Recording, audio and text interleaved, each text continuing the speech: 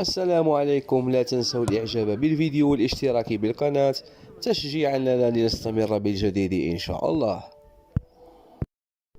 بيريز يستعين بزيدان لحسم صفقة ذهبية.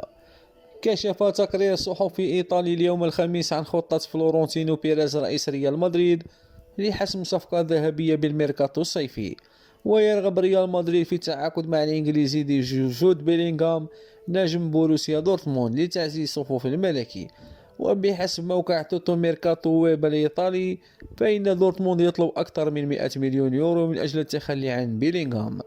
وتابع بيريز سيلجأ إلى زيدان المدرب السابق للمساعدة في ضم بيلينغهام الذي يحظى باهتمام ليفربول ومانشستر سيتي. وأتم بيريز يعرف أن زيدان هو معشوق بيلينغهام، ويأمل رئيس الريال أن يساعد المدرب الفرنسي بمكالمة منه في إقناع جود بالانضمام للميرينغي.